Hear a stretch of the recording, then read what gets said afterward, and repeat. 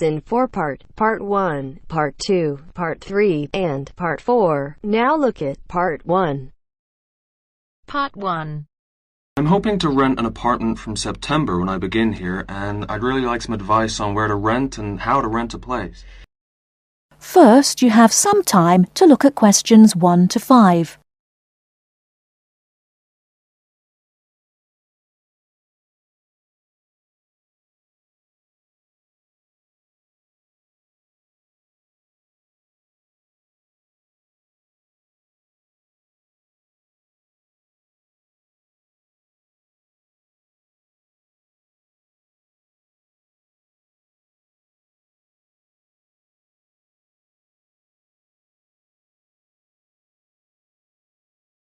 Now we shall begin.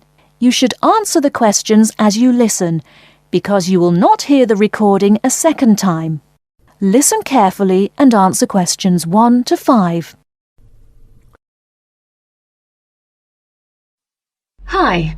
Hello. How can we help you? Is this the Office of Institutional Real Estate? Yes, sir. My name's Alice Baum, and I'm a university housing supervisor. Oh, good. I wonder if you could help me. I'll certainly try, sir. I'm hoping to rent an apartment from September when I begin here, and I'd really like some advice on where to rent and how to rent a place. Advice on renting in Manhattan. We've got plenty of advice about that. The first thing to think about are the prices. New York is an expensive place to live, and Manhattan is the most expensive place in New York. Everyone wants to be here. In most areas of Manhattan, you'll have great difficulty finding a studio apartment for less than $1,300 to $1,400 per month. But there are areas just outside Manhattan, within a 30 to 40-minute commute, where you can find a decent studio apartment to rent for $850 to $1,000 per month. That's a big difference. But then there are travel costs on top of that. Yes, there are. If you're prepared to make compromises in your choice of accommodation, perhaps you can find an apartment you like and can afford. Monthly rents also depend on 2 other factors: apartment size and then amenities. Can you tell me a bit more about that?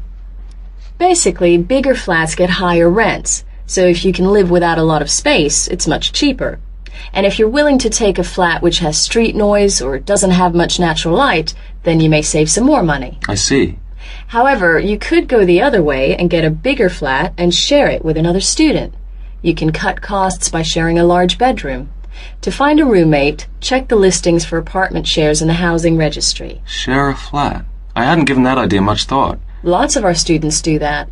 What about amenities? Can you explain that a bit more? You need to decide what facilities you really would like and what you can do without. For example, do you want a doorman? Would you like an elevator? These kinds of things put the prices up. I don't think I need a doorman. Is there anything else I should know? Yes, remember, the housing market is very competitive, especially for affordable apartments. You need to be prepared to make decisions quickly and be flexible with your plans. Don't start your search earlier than 4 weeks before you want to move in, because tenants only need to give landlords 30 days notice of their departure. Okay.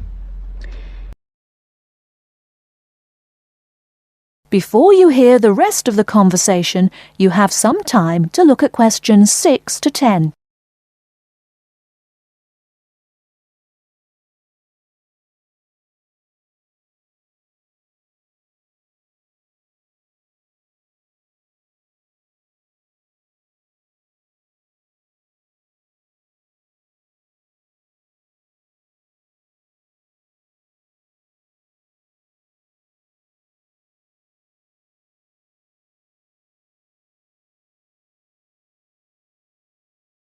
Now listen and answer questions 6 to 10.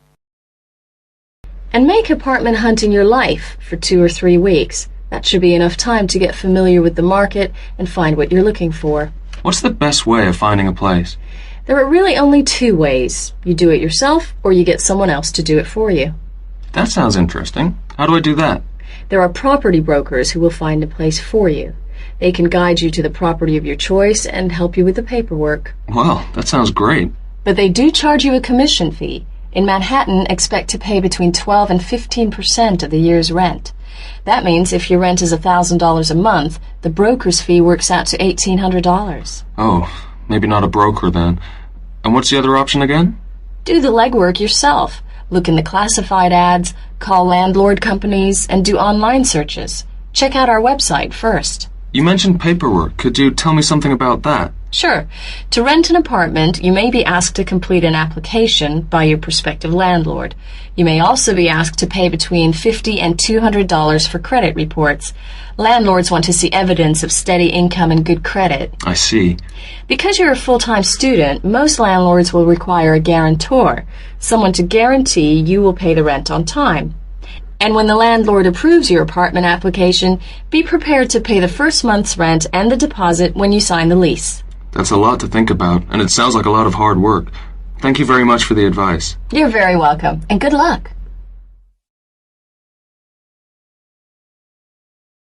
That is the end of part 1.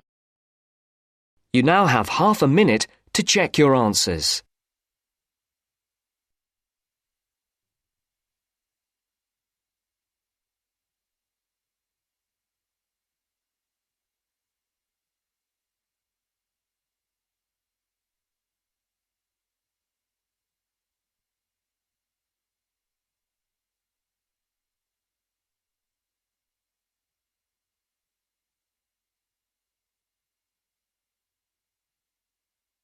Now turns to part 2.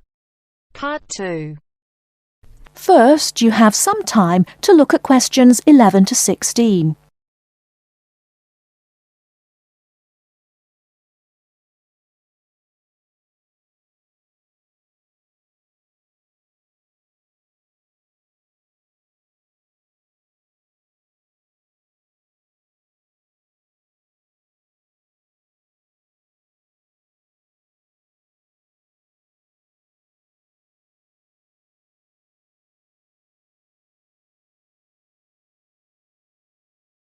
Now, listen carefully and answer questions 11 to 16. Hello, welcome to the university. Let me introduce myself. My name's Helen Brown. I'm the International Office Administrator, and I'm responsible for looking after students here on scholarships, in particular Chevening scholars. Perhaps you could introduce yourselves to me. Hi, I'm Ansgar from Grasse in southern Austria. And my name is Magali. I'm from a town near Montpellier, France. It's a pleasure to meet you. Pleased to meet you too. Nice to meet you. So, let's get started. I'm going to tell you about the schedule for today.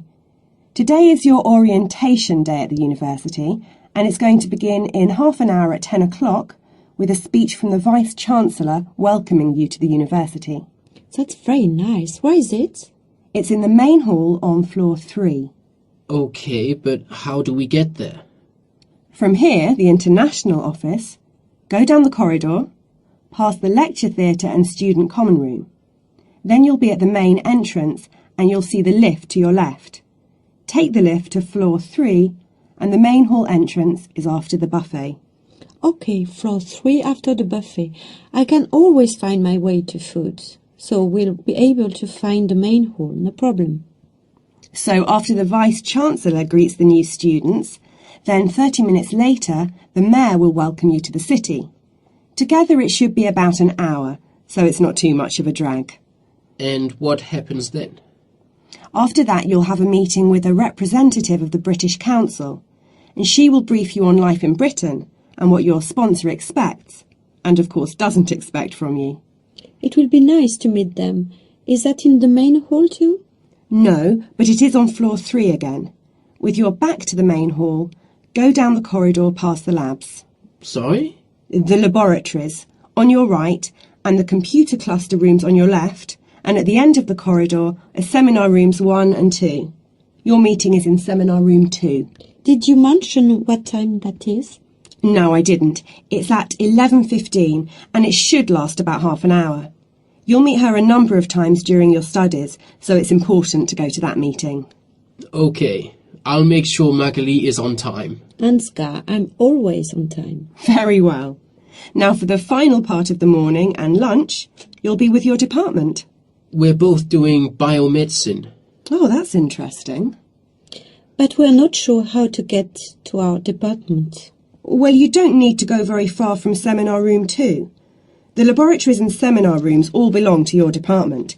So basically you need to turn left out of seminar room 2 and go past the next 2 teaching rooms.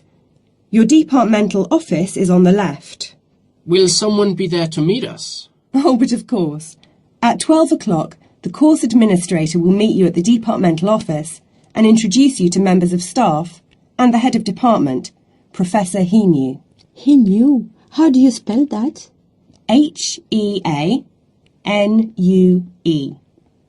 He will tell you about the department and your course, the coursework and academic life in Britain. Have you both got reading lists? Yes, I have. I'm afraid I haven't. You can get one at that meeting. Then finally, as it's your first day, you'll have lunch with the department staff in the refectory from 1 to 2. Oh, that's really nice. Great. There's just one more thing. In the afternoon, you have the chance to meet other international students in the main hall again, and you can ask them about their time at the university. That's from 2:30 onwards. I'm looking forward to that.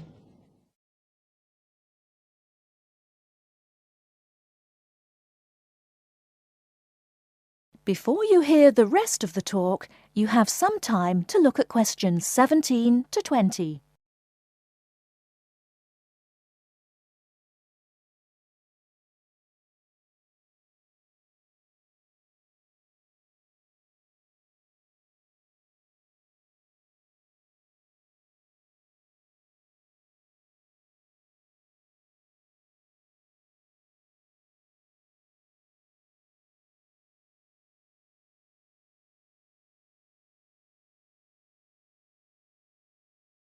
Now listen and answer questions 17 to 20. So you're thinking of opening a bank account with us? That's right. And you are an international student at the university? Yes, I am. And how did you hear about us? From Student Services. They gave me a list of banks near the university, and I chose this one because you have a branch near campus and a student advisor at the bank. Yes, I'm part of the student advice team. There are 3 of us here. Right, now I'll go over the services we offer to international students, and then we can go through a few details before we set up your account. Okay. We can offer you a current or cheque account and a savings account. Do you pay interest on the current account? We do, but not very much, about 1.5%. You get a much better interest rate on the savings account, around 4%. We also give you a free overdraft facility. I'm sorry? If you run out of money, we allow you to spend more money than you have in your account. That's the overdraft. But you can only take out up to £100. If you need more than £100, then you must tell us before you take any more money out. I see. Now, once your current account is open, then you can set up direct debits for any regular payments you need to make. Could you tell me how that works? Well, for instance, let's take your mobile phone. You have to pay a certain amount every month for it. Yes. So you can tell us to pay that amount each month and we'll do it automatically for you. I see. As soon as your account is open, we will send you a debit card, which you must sign immediately and keep in a safe place. Then a day or 2 later, we'll send you a personal identification number. A PIN number? Yes, and you must keep the number secret. You can change it if you like when you use it for the first time, but if you change it, you must remember the number. If you forget or lose the number, then we have to send you out a new card and a number for security reasons. Okay. The next thing you could do is open a savings account. If you know you have to save a certain amount of money to pay your accommodation or course fees, we can open a savings account for you to put aside some money each week or month. How can I do that? You can manage your accounts in one of 4 ways. You can come into the bank here on the university campus and tell us what you would like to do, or you can call us on 08457 004 004 and instruct us what to do over the phone. That's 24 hours a day, 7 days a week. Alternatively, you can manage your account over the internet. I see. You have to go online and register at our website at www.hsbc.co.uk/online-banking. before you can use the service. Finally, if you have a digital TV, you can use TV banking by pressing Interactive on your digital TV remote control. Oh, really? I don't have a digital TV, unfortunately, but I can do the first three things. Now, do you have any insurance? What's that? For example, if you lose something or one of your possessions is stolen, we will cover the cost of it. How much does that cost? It's £24 a year, so it really is worth thinking about. I don't need to think about that. I'll take out insurance. I'll arrange that for you as soon as your account is open. Now, would you like to go ahead and open an account with us? That is the end of part 2. You now have half a minute to check your answers.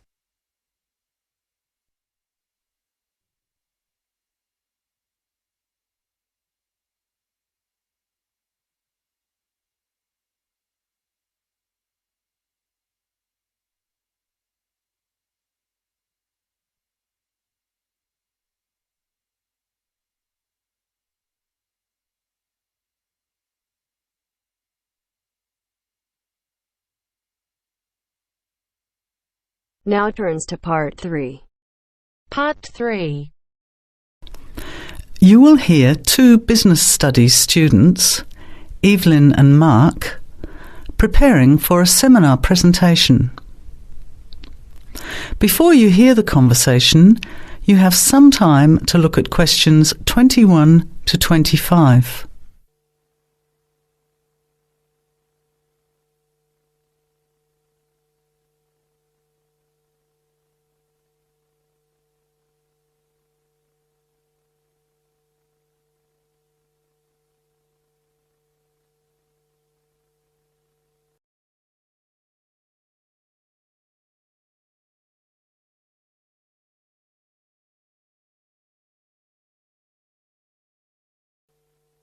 Well, I think the marketing of food would be a good topic. I read a very interesting article the other day about the Canadian food market. I suppose everybody's interested in food, even if it's trying not to eat. Why Canada? I know that's where you come from, but isn't it just all North America, really? No, that's why I thought this article was interesting. Although lots of U.S. companies are well established in Canada, and vice versa, there are still subtle differences between the two markets. It says here, the Canadian market is definitely not a northern clone of the U.S. I like that. And it says that if you understand these differences, it can have a big impact on successful food marketing. So I know that Canada has a big French-speaking population in Quebec. Is this what they're referring to? Not only French and English speakers, there are many different ethnic groups in Canada. It's really quite multicultural. For example, Toronto has large Asian and Italian populations, and Vancouver's got a large Asian population too. And because Canada's population is small, these groups make quite an impact, introducing new styles of cooking. So you can see lots of unfamiliar vegetables and things in the markets, and new restaurants are opening every day. It's great if you love trying out new foods, as many people do. Which kinds of food are becoming popular? Well, some Asian food, I'd say, has been popular for quite a while, like Chinese. But now, Southeast Asian restaurants are becoming very fashionable. Then there's Mediterranean, of course, such as Greek, Italian, and so on. But Caribbean and Mexican food is really taking off among young people these days. So are the supermarkets starting to stock the ingredients that are needed to prepare these foods at home? You know, all those unusual condiments and sauces. Yes, that's right. It's quite interesting going to the supermarket, isn't it? And noticing how they're introducing sections for foods of different nationalities. You can buy quite exotic products locally these days. The article mentioned that 80% of the Canadian retail market is controlled by 8 major national supermarket chains, so that when they introduce changes, they can happen quite rapidly. Okay. Well, how are we going to organise this seminar then? I made some notes on the trends in the Canadian market, about changing tastes, and also patterns for where food is consumed. I thought maybe we could summarize it into a chart or table, and maybe use the overhead projector to present it. Good idea. Maybe I could have a look for similar trends and tastes in Australia and the UK for comparison. Let's have a look at what you found. Before the conversation continues, you have some time to look at questions 26 to 30.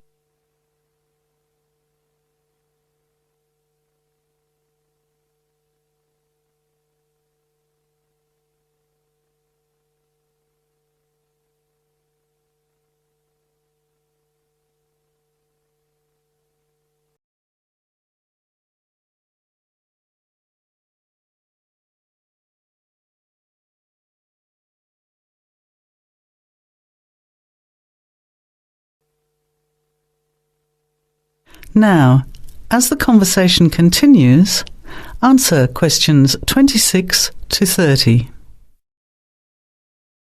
The most significant trend, it seemed to me, was that Canadians are definitely interested in healthy food.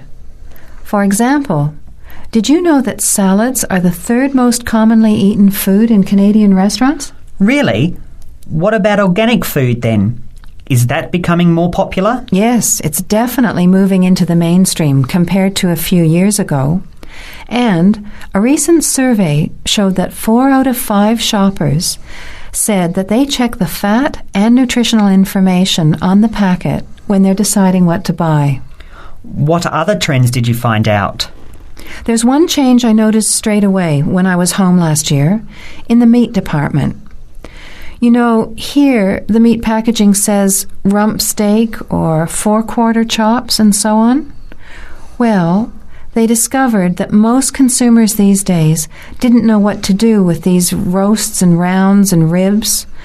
So the government approved a new naming system for cuts of meat, which is related to the required cooking technique. What a good idea. I've never really understood the difference between sirloin, rump, round and all those names. So how many new categories are there? 8. There are 3 kinds of steak, for grilling, for marinating and for simmering. And then there's what they call quick-serve beef, for stir-fries, I suppose. And premium oven roast, pot roast and stewing beef. It's a great idea, isn't it? I hope it catches on here. I agree. Any other trends that you thought were significant? Well, what's really interesting is what the article called mobile meals. In other words, more and more Canadians are eating meals away from home, but not just eating more junk food. They're projecting a 40% increase in snack food sales over the next 3 years, and the growth is coming from healthy snacks. You know, the ones that have less cholesterol and fat, such as muesli bars, health food bars, and those types of products. Apparently, in the food marketing jargon, they're called nutritious portable foods, which means healthy snacks. The other major trend is that young people are doing more of the food shopping these days, so marketing has to be aimed more at them, as well as more conventionally at the mother. Thanks, Evelyn. I think we'll have an interesting discussion about these trends and the comparisons with other English-speaking countries. I'll see if I can get some information about them to compare with yours, and meet you on Friday to put it together. See you then. Bye. That is the end of part 3. You now have half a minute to check your answers.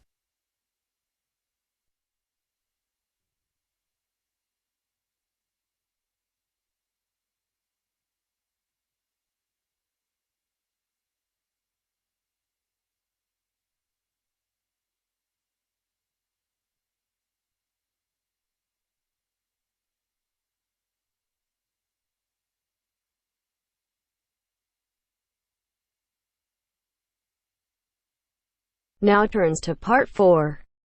Part 4. You will hear a wildlife expert giving a talk to a group of bird lovers in the UK about a species called the tawny owl. Before you listen, you have some time to look at questions 31 to 40.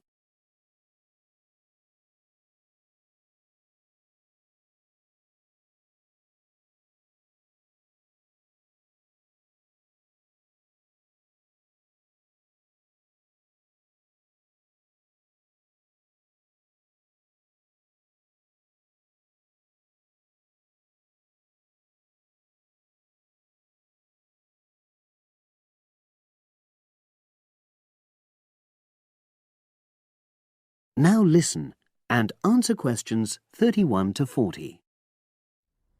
Good evening, everyone. You're all likely to be familiar with pictures of the tawny owl. Because of all the owl species in the UK, it's actually the most common one.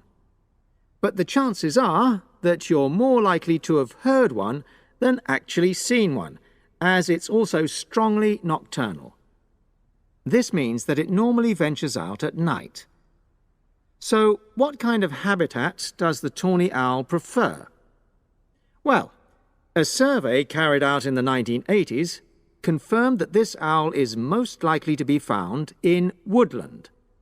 If you look at a map of tawny owl distribution across Britain, you'll only see gaps in the treeless marshy areas of eastern England and in some of the more upland parts of northwest Scotland. However, you can sometimes find populations of tawny owls in urban areas too, either in parks or in large gardens. The tawny owl shows some obvious adaptations to its natural habitat. For example, both its wings and its tail are short, which helps it to maneuver through the trees. Also, the bird's plumage is a mixture of brown and grey, and this provides suitable camouflage for when the owl perches up against a tree trunk. Then there are its large eyes. The tawny owl's visual capacities are considerably better than those of humans, and although it can't see in complete darkness, it's sufficiently well equipped to be able to navigate its way around woodland on all but the most overcast nights. Another factor that contributes to the tawny owl's success as a hunter is its excellent memory of the layout of different areas. If you combine this ability with the owl's strongly territorial and sedentary nature, most populations of tawny owl are sit-and-wait predators, you realize that it has a good opportunity to predict where prey might be found. Finally, as well as having large eyes, the owl's sense of hearing is excellent, and this helps it to locate potential prey as it sits on its perch.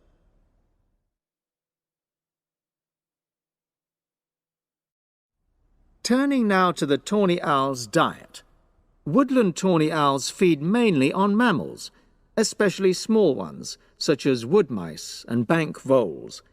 But they'll also take things like frogs or bats, or even fish, if they happen to be available. In urbanized landscapes, the owls seem to prey more on birds. So there are some differences there. Let's just look briefly now at survival rates in the tawny owl. Young tawny owls face a difficult time once they leave home, and 2 out of every 3 are likely to die within their first year. So, with such high mortality levels, it's a good job that established breeding pairs can produce young over a number of seasons and maximize their chances of passing their genes on to the next generation of owls. I've already mentioned the sedentary nature of the tawny owl, but it's not just adult tawny owls that are sedentary in their habits. Young birds, dispersing away from where they were born, rarely move far. The average distance is just 4 kilometres. There also appears to be some reluctance to cross large bodies of water. The owl is absent from many of the islands around our shores, with only occasional sightings in Ireland and the Isle of Wight off the south coast of England. Right, well, now I'll show you some photographs that have been taken in one or two of the...